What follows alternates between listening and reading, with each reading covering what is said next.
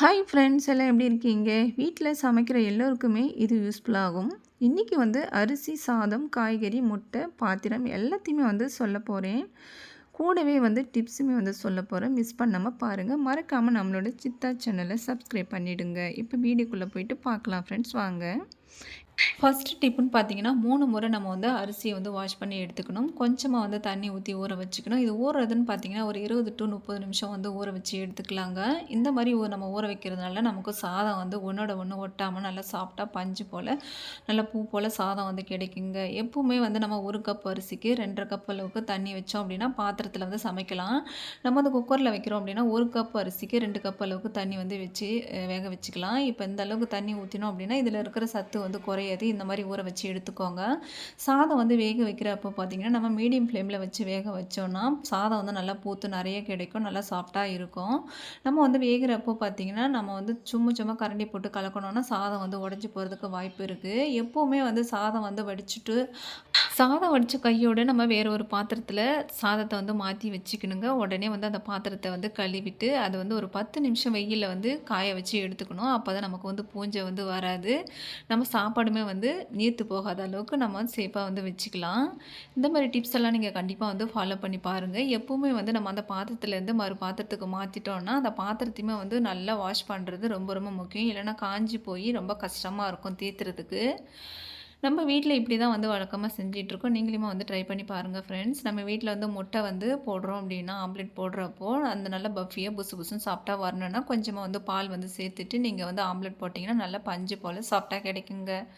இப்போ முருங்கைக்காய் நம்ம வீட்டில் ஸ்டோர் பண்ணி வச்சுருப்போம். அதை டிஷ்யூ பேப்பர் அல்லது டிஷ்யூ பேப்பர் இல்லைனா நியூஸ் பேப்பர் வச்சு ஸ்டோர் பண்ணி பாருங்கள். இது 1 வாரத்துக்கு கூட வச்சுக்கலாம்.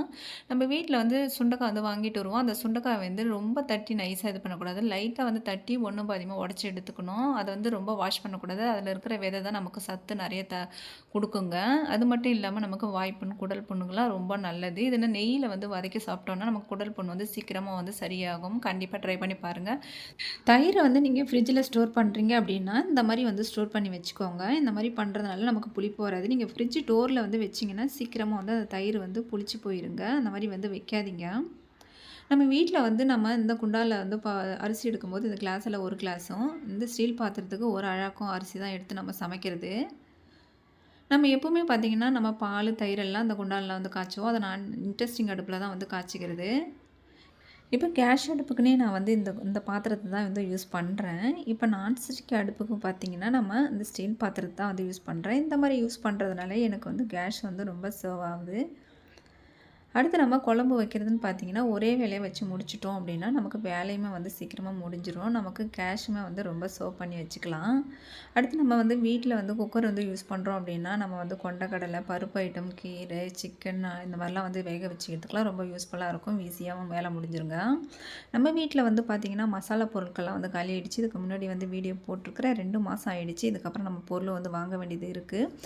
எது அதிகமாக இருக்குது, எது கொஞ்சமாக இருக்குன்னு பார்த்து அதை லிஸ்ட்டு போட்டு நம்ம எடுத்துகிட்டு போயிட்டு வாங்கிட்டு வரணுங்க. நான் வாங்க போகிறதுன்னு பார்த்தீங்கன்னா, குறைஞ்சி இருக்கிற பொருளை மட்டும்தான் வாங்க போகிறேன். அதிகமாக இருக்கிற பொருளை வாங்க போகிறதில்ல. எது தேவைப்படுது தேவையில்லைன்னு பார்த்து லிஸ்ட்டு போட்டு வாங்கிட்டு வர போகிறேன். நீங்களுமே உங்கள் வீட்டில் இந்த மாதிரிலாம் ஃபாலோ பண்ணுறீங்க அப்படின்னா, மறக்காமல் கமெண்ட் பாக்ஸில் உங்களோட கருத்து என்னென்னு சொல்லிட்டு போங்க ஃப்ரெண்ட்ஸ். இது வரைக்கும் நம்மளோட வீடியோ உங்களுக்கு பிடிச்சிருந்தா மறக்காமல் நம்மளோட சித்தா சேனலை லைக் பண்ணுங்கள், ஷேர் பண்ணுங்கள், சப்ஸ்கிரைப் பண்ணுங்கள். தேங்க்யூ ஃபார் வாட்சிங். பாய், see you.